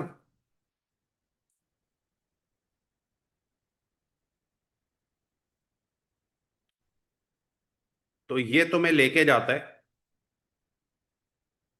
एक लिंक पे जिसमें हर सब्जेक्ट की कोर्स इंस्ट्रक्शन है। तो तुमने भी कोर्स एफएड ऑप्ट किया हुआ है ना, तो भाई एफएड की पूरी कोर्स इंस्ट्रक्शंस है। खुदा के वास्ते इसको गौर से सुनो, गौर से पढ़ो। इसमें देखो, मार्किंग टीम का ईमेल शीमेल सब मौजूद होता है, मार्किंग टीम का, ठीक है, जो तुम्हारे काम आएगा। मार्किंग टीम का ईमेल वगैरह होता है जो तुम्हारे काम आएगा, ठीक है। ये देख रहे हो,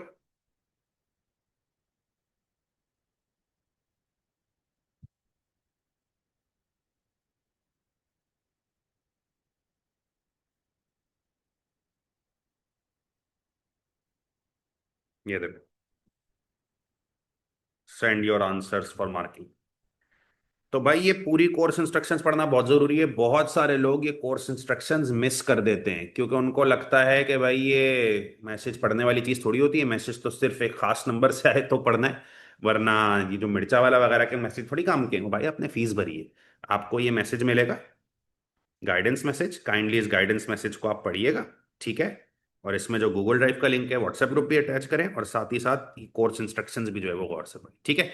मैंने तमाम बातें आपके साथ कर ली हैं। अब मैं टाइम वेस्ट किए बगैर भाई स्टार्ट करने जा रहा हूँ अपनी स्टडीज़। और स्टडीज़ के लिए हम रेफ़र करेंगे सबसे पहले, जो हमने आपको बात की है कि हम सेक्शन ए की तरफ जाएंगे, और सेक्शन ए से हम पढ़ाई स्टार्ट करते हैं अपनी। और सेक्शन ए में जब हम पढ़ाई स्टार्ट कर रहे हैं सेक्शन ए की, तो हमारा पहला जो टॉपिक है सेक्शन ए में, that is chapter number 1। Chapter number 1 हमारे पास मौजूद है, इंट्रोडक्शन टू ऑडिट, ठीक है। सेक्शन ए में हमारा पहला चैप्टर मौजूद है, that is introduction to audit, ठीक है जी। चलें जी, पढ़ाई स्टार्ट करते हैं।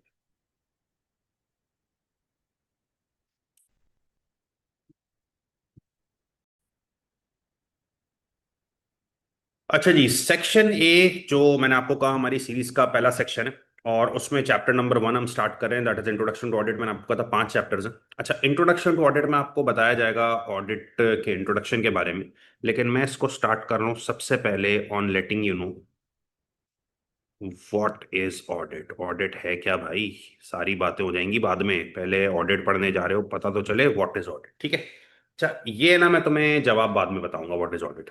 पहले जरा थोड़ा सा एक बैकग्राउंड एग्जाम्पल चेक करो, ताकि मैं तुम्हें बता सकूं कि व्हाट एग्जैक्टली इज ऑडिट। पहले जरा एक बैकग्राउंड एग्जाम्पल चेक करो ताकि मैं तुम्हें बता सकूं व्हाट एग्जैक्टली इज ऑडिट, ठीक है। अच्छा सुनो, लेट्स टॉक अबाउट दो दोस्त हैं भाई, दो दोस्त हैं। एक है मिस्टर ए और एक है मिस्टर बी। बैकग्राउंड समझो, व्हाट इज ऑडिट बाद में बताऊंगा, पहले जरा बैकग्राउंड पढ़ो। दो दोस्त हैं, मिस्टर ए मिस्टर बी। ठीक है, बहुत अच्छे दोस्त हैं। एक दिन ये ए गया बी के पास, ए गया बी के पास, बोला यार मेरे पास एक बहुत जबरदस्त बिजनेस आइडिया है। ए गया बी के पास, मेरे पास एक बहुत जबरदस्त बिजनेस आइडिया है, बट यार पैसे नहीं है, पैसे नहीं है। ये वही जो चाय के होटलों पे होता है ना, बड़ी बड़ी बातें, ये कर लेंगे वो कर लेंगे, ऐसे नहीं। ठीक है, तो खैर मिस्टर ए भी गया मिस्टर बी के पास, मेरे पास एक बहुत जबरदस्त बिजनेस आइडिया है बट पैसे नहीं। तो एक काम करो, तुम इन्वेस्ट कर दो। उसने बी को बोला तुम इन्वेस्ट कर दो, और ईयर एंड पे जो भी प्रॉफिट होगा ना, तुमने इन्वेस्ट किया है मैंने काम किया है, हम 50-50% शेयर कर लेंगे। ए गया बी के पास, कहानी गौर से सुनिएगा। बोला बहुत जबरदस्त बिजनेस आइडिया है, पैसे नहीं है। बोला यार ये रहा बिजनेस आइडिया, तुम इसमें पैसे लगा दो, प्रॉफिट आ जाता करना। अच्छा, मिस्टर बी को अपने दोस्त का आइडिया पसंद आया, मिस्टर बी को दोस्त का आइडिया पसंद आया, उसने पैसे इन्वेस्ट कर दिए, उसने पैसे इन्वेस्ट कर दिए। एक साल गुजरा, पैसे इन्वेस्ट कर दिए, एक साल गुजरा। एक साल बाद ए आया बी के पास, बोला यार $10,000 का प्रॉफिट हुआ है। कितने का प्रॉफिट हुआ है? $10,000 का प्रॉफिट हुआ है। एज पर अरेंजमेंट 5,000 तुम्हारे और 5,000 मेरे। ठीक है भाई, यही सौदा था ना, यही मुआयदा था। ए गया था बी के पास, बिजनेस आइडिया, पैसे लगा दो। बी ने पैसे लगा दिए, बोला यार प्रॉफिट जो भी होगा आधा आधा शेयर करेंगे। एक साल बाद ए आया, बोला कितने का प्रॉफिट हुआ है भाई? 10,000 का। आधा तुम्हारा आधा मेरा, खैर वो आधा देके चला गया। उसके जाने के बाद है ना, ये जो बी था ना, बी, इसको शुरू हुआ थोड़ा सा शक, डाउट। क्या शक या डाउट शुरू हुआ? कहने लगा यार मैंने इसको पैसे दिए, पूरा साल जैसे इसको पैसे इस्तेमाल करने थे इसने किए, मैंने पूछा भी नहीं। एक साल बाद आके ये बोल रहा है 10,000 का प्रॉफिट है, ईमानदारी से आधा आधा दे रहा है। शक ही आया, मैं कैसे मानूं कि 10,000 ही हुआ था? कहीं ऐसा तो नहीं 15,000 हुआ था इसने मुझे 10,000 बताया, कहीं ऐसा तो नहीं 12,000 हुआ था इसने मुझे 10,000 बताया, मैं कैसे मानूं? खैर, उसके जहन में शक तो आया, लेकिन बात करने में आड़े आ रही थी दोस्ती, के भाई दोस्त है, बात करूंगा कि यार मुझे तेरे प्रॉफिट फिगर पे शक हो रहा है, तो कहीं दोस्ती खराब ना हो जाए, बहुत सोचा।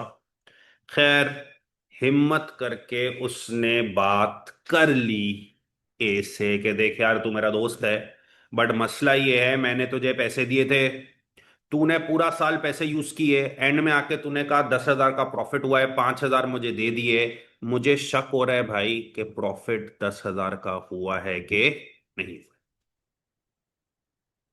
इन्हें कहा ठीक है यार, तेरा शक जायज है भाई कि तूने मुझे पैसे दिए थे, मैंने पूरा साल यूज किए, और तुझे अब शक हो रहा है कि भाई यार पता नहीं मैंने प्रॉफिट जो 10,000 बताए वो सही है कि नहीं है, तुझे शक हो रहा है।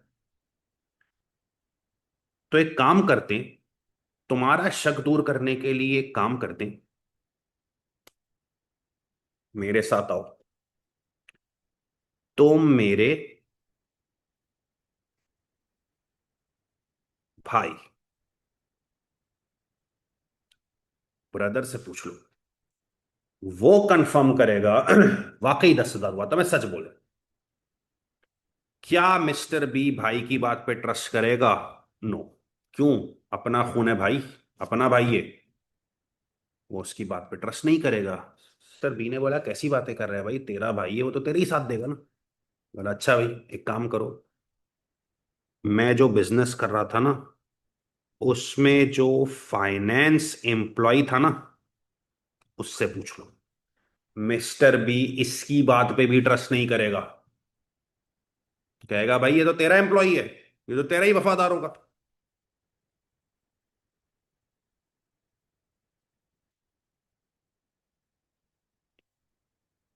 खैर सोच में पड़ गया मिस्टर ए के, यार दोस्त को शक हो रहा है, मैं इसको बोल रहा हूँ भाई से पूछ लो, वो भाई पे ट्रस्ट नहीं कर रहा, क्योंकि वो कह रहे हैं भाई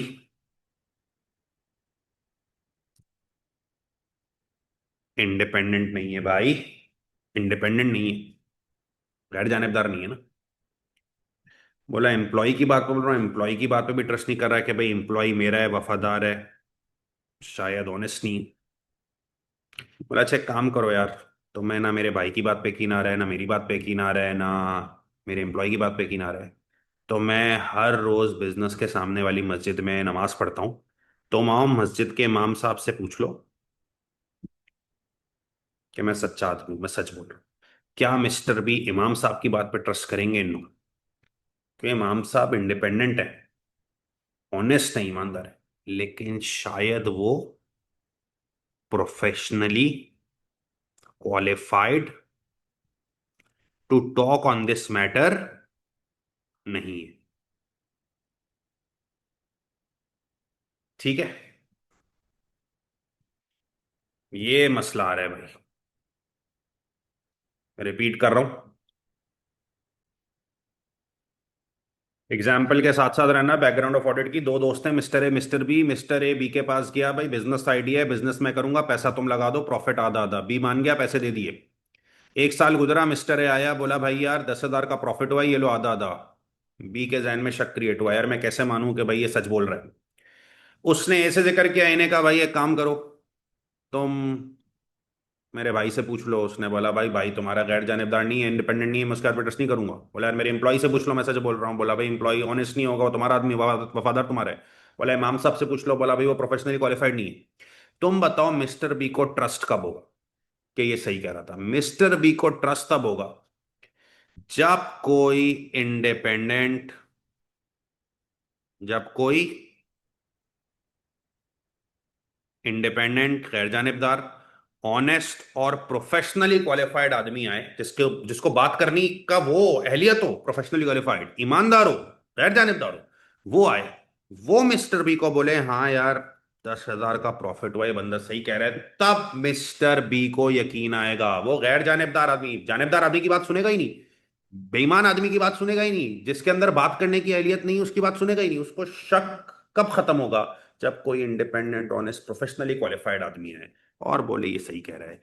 इन तीन ट्रेड्स वाले आदमी को हम कहते हैं ऑडिटर। इन तीन ट्रेड्स वाले आदमी को हम क्या कहते हैं? Auditor. Independent, honest, professionally qualified, और वो जो एक्टिविटी कंडक्ट कर रहा होता है दैट इज कॉल्ड, वो जो एक्टिविटी कंडक्ट कर रहा होता है दैट इज कॉल्ड ऑडिट। सही है। अब मैं तुम्हें बताऊं, यही सेम सीन कंपनी में होता है। तुम इसको नोट कर लो, फिर मैं तुम्हें बताता हूं सेम सीन कंपनी में होता है। जल्दी से इसको नोट कर लो।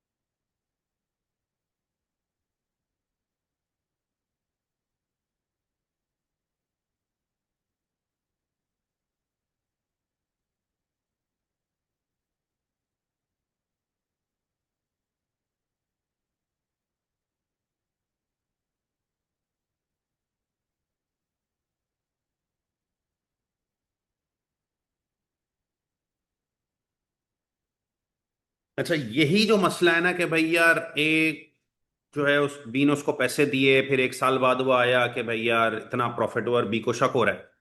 यही सेम सीन जो है ना कंपनीज में हो रहा होता है। यही सेम सीन हो रहा होता है किसमें? कंपनीज में। सुनो, यही सेम सीन हो रहा होता है कंपनीज में। बेटा मेरी बात गौर से सुनना। तुम बताओ, कंपनी के रियल ओनर्स कौन होते हैं? मैंने कहा यही सेम सीन जो ऊपर सुना है ना, ये और होता है कंपनी में। तुम बताओ कंपनी के रियल ओनर्स कौन होते हैं? शेयर होल्डर होते हैं भाई ये रियल ओनर्स, क्योंकि असल में इन्होंने ही तो कैश लगाए। इन्होंने ही तो कैश लगाए। लेकिन क्या ये बिजनेस चला रहे होते हैं? नो। बिजनेस रन करने के लिए ये अपॉइंट करते हैं डायरेक्टर्स और मैनेजर। जरा रिलेट करना, सेम सीन कंपनी में हो रहा था। बिजनेस के रियल ओनर्स कौन है? Share holders. उन्होंने पैसा लगाया, लेकिन बिजनेस को रन कौन कर रहे हैं? Directors, managers.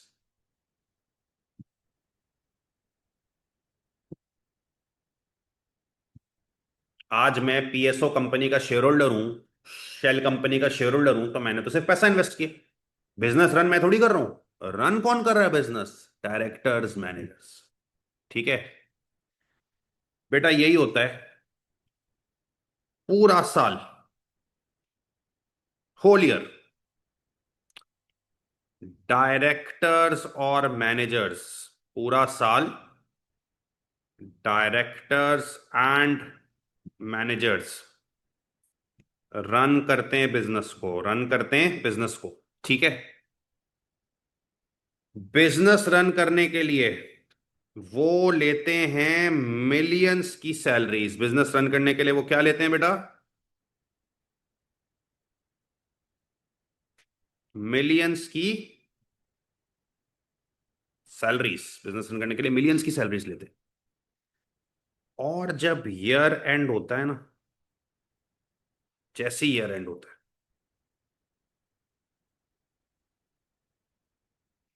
ये लोग जो डायरेक्टर्स और मैनेजर्स हैं, ये प्रिपेयर करते हैं बिजनेस की फाइनेंशियल स्टेटमेंट्स। क्या प्रिपेयर करते हैं? Financial statements.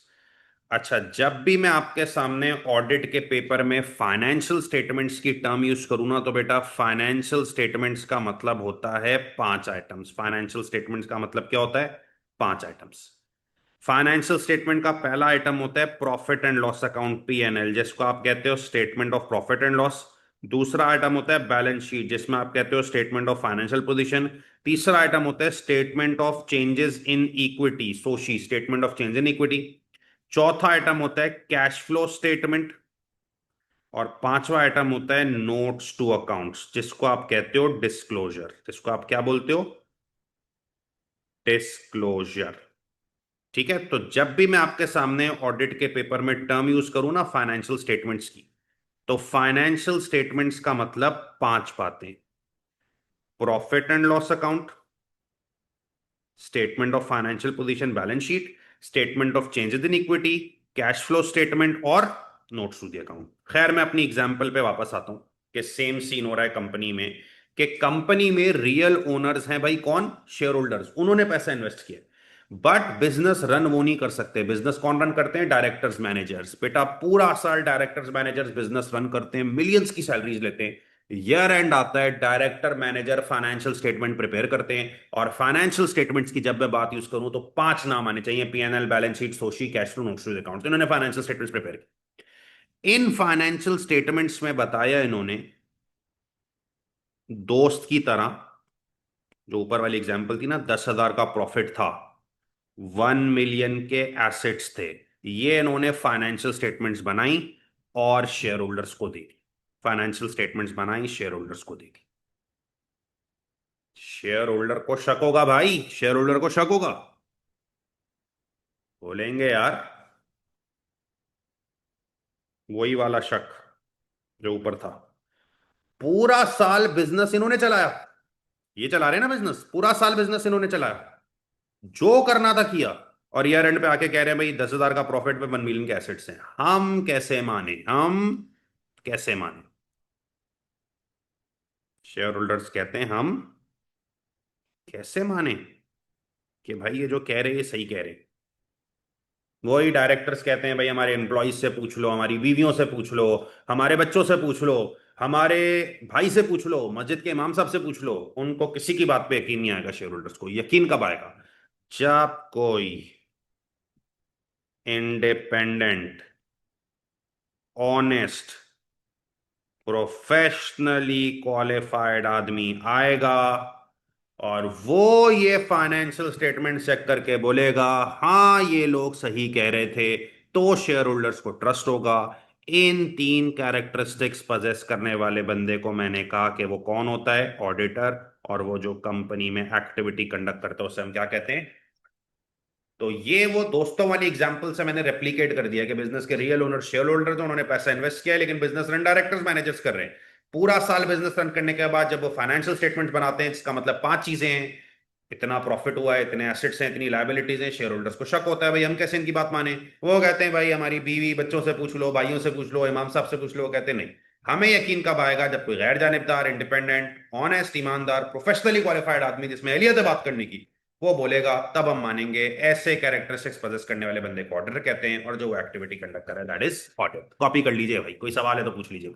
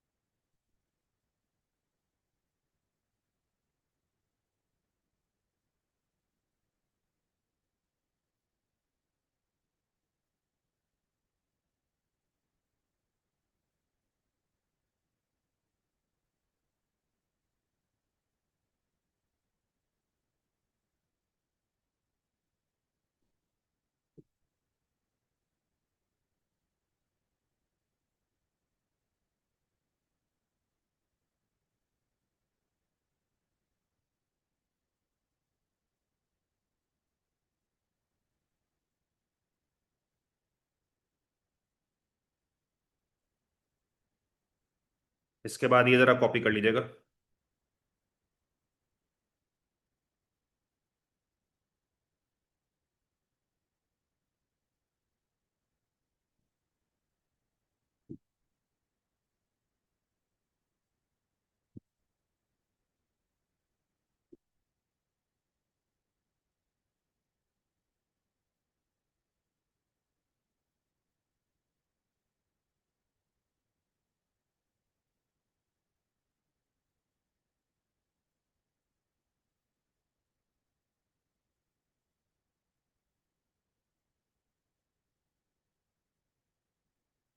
क्योंकि जाहिर है लिखना जरूरी है, तो जो बातें बताइए वो डॉक्यूमेंटेड फॉर्म में भी होनी चाहिए।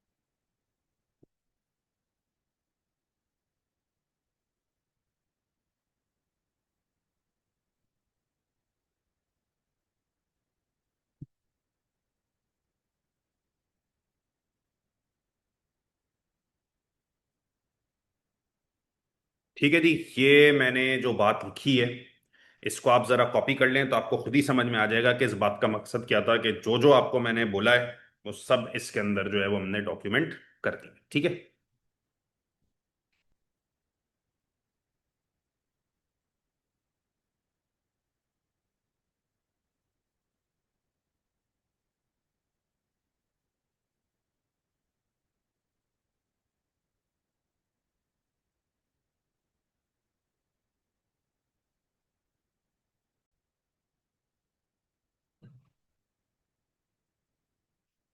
इस नोट से फायदा ये हुआ कि आपने क्लियर कट बात लिख भी ली कि रियल ओनर्स और शेयर होल्डर, जो मैंने आपको बताया था, क्योंकि उन्होंने पैसा इन्वेस्ट किया है but they don't run business. ये एक बड़ी इंपॉर्टेंट बात है। रियल ओनर शेयर होल्डर्स हैं but they don't run business. Business कौन रन करते हैं? डायरेक्टर्स और appointed by share holders. Year and पे डायरेक्टर्स प्रिपेयर करते हैं फाइनेंशियल स्टेटमेंट्स। तो मैंने आपको बताया कि भाई डायरेक्टर जब ईयर एंड पे प्रिपेयर करते हैं फाइनेंशियल स्टेटमेंट्स, तो फाइनेंशियल स्टेटमेंट से मेरी मुराद 5 आइटम्स होती है। ठीक है। वो फाइनेंशियल स्टेटमेंट बना के शेयर होल्डर्स को दे देते हैं। शेयर होल्डर्स को डाउट होता है कि भाई यार पता नहीं इन्होंने सही बनाई है नहीं बनाई है फाइनेंशियल स्टेटमेंट। डाउट कब दूर होगा? जब कोई independent honest professionally qualified person review करेगा, शेयर होल्डर्स को अश्योर करेगा, श्योरिटी देगा कि भाई यार जो ये कह रहे हैं वो सही है। ऐसे बंदे को ऑडिटर कहते हैं, और जो एक्टिविटी कंडक्ट कर रहा है दैट इज ऑडिट। ठीक है जी।